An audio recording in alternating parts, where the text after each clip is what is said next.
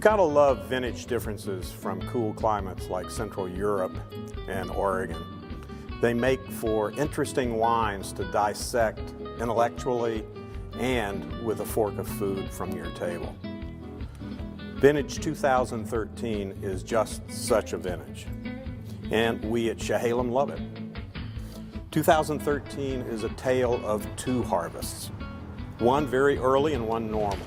We got the earlier fruit that was beautiful and clean, and we processed that, soon to be the earliest harvest on record. And then the rain hit, which wasn't a big deal for us. We got to process through the rest of the fruit that we had here, have some time to deal with our ferments, and then the second round came in as we were emptying tanks in time for new fruit.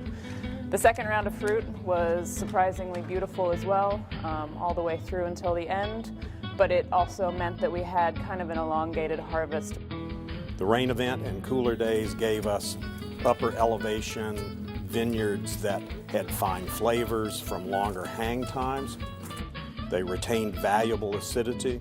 So, contrary to the casual anecdotes from critics who were aghast at over 5 inches of rain, expect the most out of 2013 and its wines. The best wines from 2013 will be equal to our best from superior years. We will have a little less volume in some varieties that were caught by the rain and then sorted out in the vineyard or in the winery.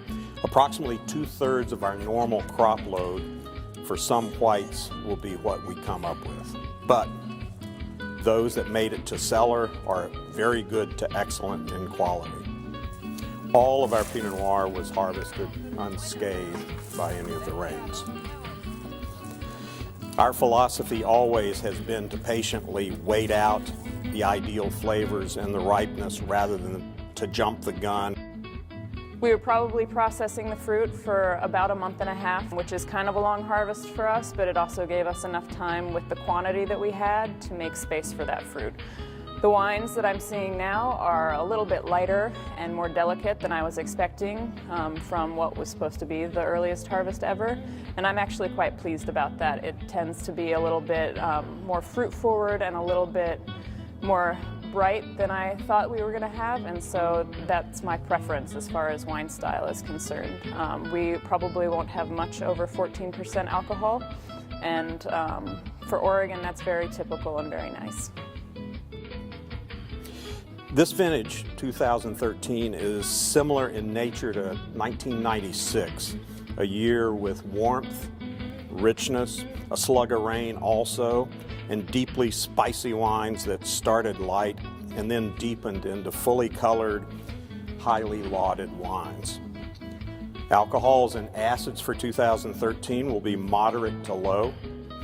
That's a little bit counterintuitive, but we're thanking the vintage for that because it'll make for overt, full flavors and full textures. The first wines from 2013 will be whites, and they'll be available in the April to May time frame of 2014.